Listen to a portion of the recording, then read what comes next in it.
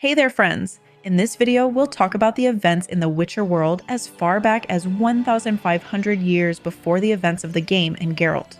So grab a cookie and hot chocolate, sit back, and join me in this historical deep dive.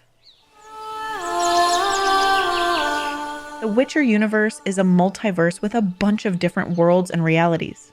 Some of these worlds have magic, which comes from a force called chaos. The more chaos a place has, the more magic-filled worlds you'll find nearby, complete with all sorts of magical creatures. But not every world is magical. Some are just regular old places like our Earth. In fact, our world is supposedly part of this multiverse too. Now, there's this one world called the Continent that used to be pretty boring and magic-free, kinda like Earth. It had continents and a moon. But it was a bit warmer than our world, which meant it was perfect for these smart lizard people called the Vrans. These lizard folks were the big shots on the continent before everything went sideways. They built cities like Loch Muin and were highly skilled in science, metalworking, and engineering. But that was ages ago. Now all that's left are some old ruins. The Vrans mostly hung out in warm places and forests, living their best lizard lives. But then bam! This crazy event called the Conjunction of the Spheres happened and turned everything upside down. This Conjunction of the Spheres, which took place 1,500 years before the events of the games and novels, was a real doozy. Imagine different worlds crashing into each other. Some worlds got wiped out, others got mashed together. The continent got caught in the middle of this mess, with magical portals popping up all over the place, messing with the weather and dumping all sorts of weird creatures and magic into the world. The poor Vrans couldn't handle the sudden changes in monsters. Then came the dwarves, showing up from who knows where and somehow making themselves at home. These guys are short, stocky, and can live for a couple hundred years. After them, the gnomes rolled in. They're like dwarves' taller cousins, about 4 feet tall with beards on both the guys and girls. Both races live way longer than humans, hitting the 200-300 year mark. Gnomes breed faster than dwarves, but there are fewer dwarves around. Anyway, these two hit it off and started settling down together, no big fights with the Vrans as far as anyone knows. They had a good 200-year run of peace and quiet until the elves showed up in their fancy white ships, looking all mysterious and probably full of themselves. But before we get into the elven drama, let's talk about where these pointy-eared folks came from. The elves used to be one big happy family called the Enshe, but then their world went kaput, and they split up. One group, the NL, settled in a different world, one where unicorns also existed as powerful, intelligent beings. Meanwhile, the other group, still called Enshe, sailed off to the continent. Now, these elves were pretty full of themselves with their fancy magic and technology. They took one look at the other races and were like, ew, no thanks. The poor Vrans couldn't put up much of a fight, being all weak and everything. So the elves just waltzed in, kicked the dwarves and gnomes to the curb, or mountains in this case, and took over the Vran cities like they owned the place. Of course, the elves are in denial about this bit of genocide, blaming climate change and human disease for the Vrans dying out. But old bones and ruins tell a different story. Before you know it, the elves were running the show, building their own nations, playing with magic, and even made their own calendar. Everyone's still using that calendar today, in fact. For 900 years, these pointy-eared folks were at the top of the food chain. So just when the elves thought they had it made, guess who showed up? Humans. These guys came stumbling in, running from their own half-destroyed world. Early cultures like the Dock and Wasgor started out as simple hunter-gatherers. At first, there were only about 1,000 of them, barely enough to fill a decent-sized concert venue. The elves were like, whatever, these short-lived, germ-carrying primitives will probably kick the bucket or move on. They even taught some human kids magic, showing off their tricks. Big mistake. The elves didn't count on humans being so darn ambitious, greedy, and boy, can they breed. Before you know it, humans were popping out babies faster than rabbits, and suddenly they're picking fights with the elves. Now, the elves had all this fancy knowledge and wisdom, but it counted for diddly squat when they were being outbred left and right. See, elves can live for like 600 years, but they can only have kids for a few decades. And even then it's like once every 10-20 years. So while the elves were taking their sweet time making babies, humans were swarming all over, snatching up elven cities like they were on a shopping spree. So the elves finally realized they were fighting a losing battle and decided to wave the white flag. But then they discovered something wild. Elves and humans could make babies together. This led to a whole bunch of half-elves and quarter-elves running around. Fast forward a few generations, and poof, there are pretty much no more pure-blooded elves. Now everyone's got a bit of elf in their family tree, like it or not. These mixed-blood elves don't live quite as long as the pure ones, only making it to about 300 years. Not too shabby, but not exactly immortal either. Now you'd think this would lead to everyone singing Kumbaya and getting along, right? Wrong. Humans still treated elves like dirt, chasing them off their land and generally being jerks. This led to the Scoia'tael popping up. You know, those rebellious elves causing trouble all over the place.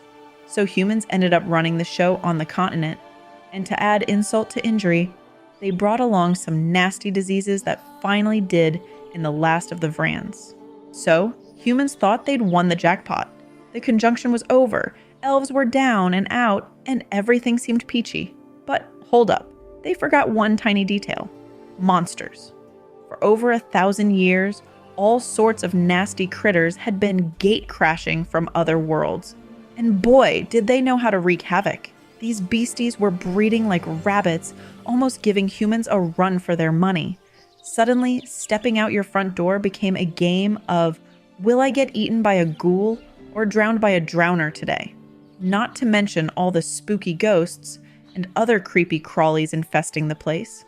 Regular warriors were useless against these threats, so humans did what they do best. They found someone else to fix their problem.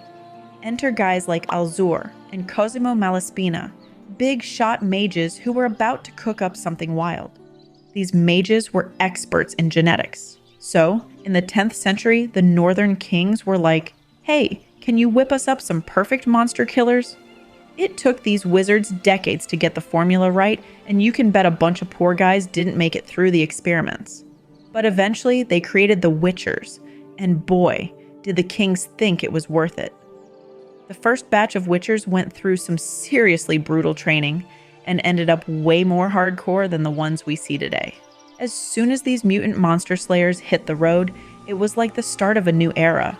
At first, everything went according to plan. Witchers roamed around, learning stuff, taking jobs, and raking in the cash. Their numbers grew, and soon they were living it up.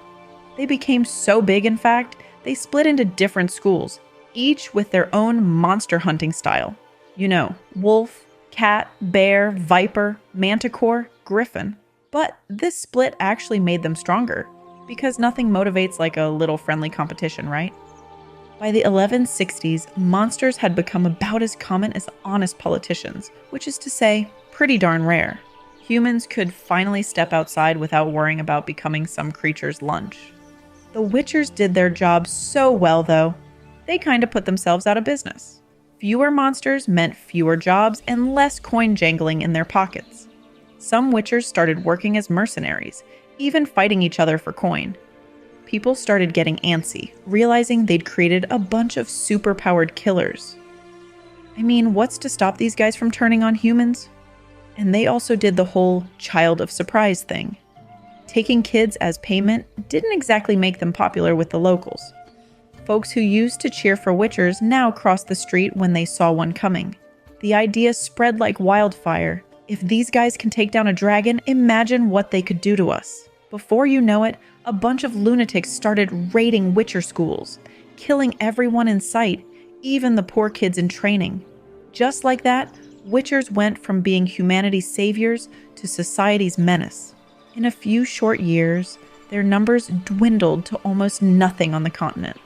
Much of their knowledge and alchemy was lost. New Witchers could never be as strong as the old ones.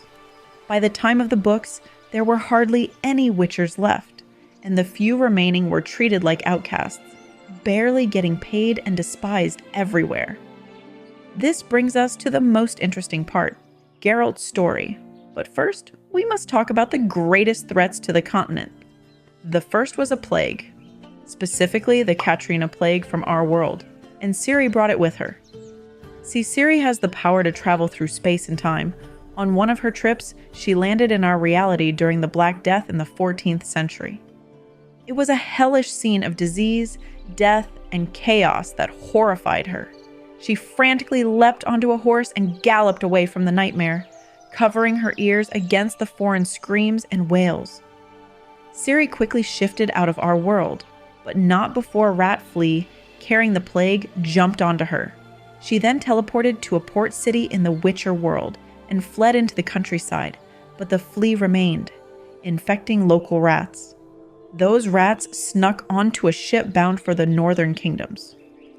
By the time the ship reached its destination, the crew was already showing signs of the disease, the telltale reddish rash. The port was immediately quarantined, but it was too late.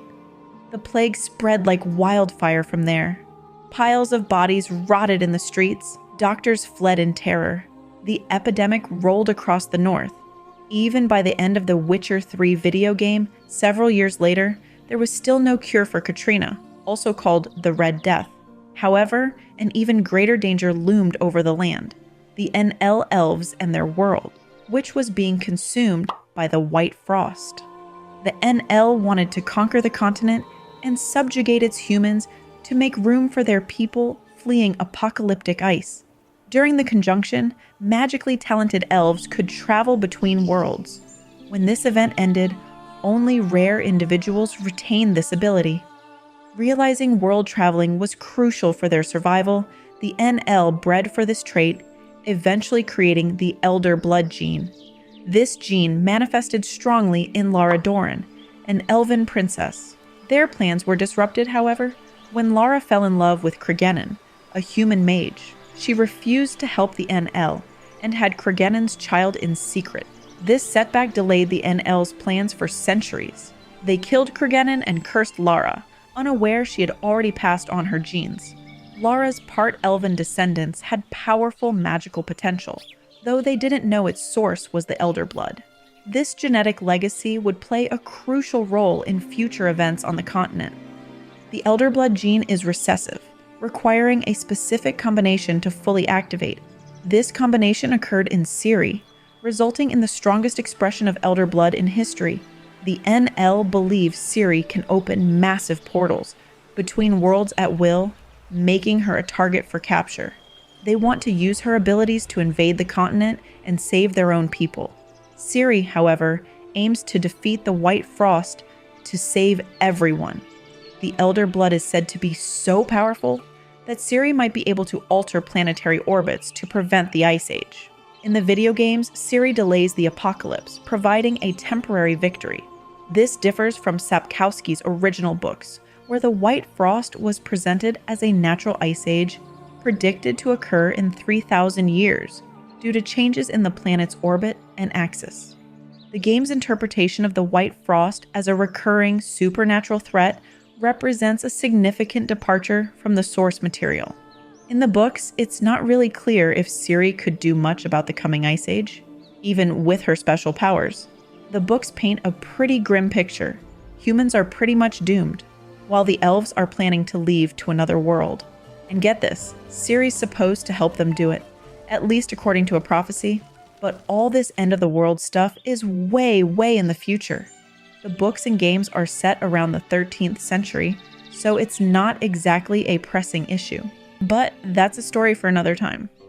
Anyway, that's the critical history of the continent, its people, and the cataclysms that shaped them. I hope you enjoyed this video. Be sure to like, comment, and subscribe for more deep dives into the lore of The Witcher. Until next time, friends!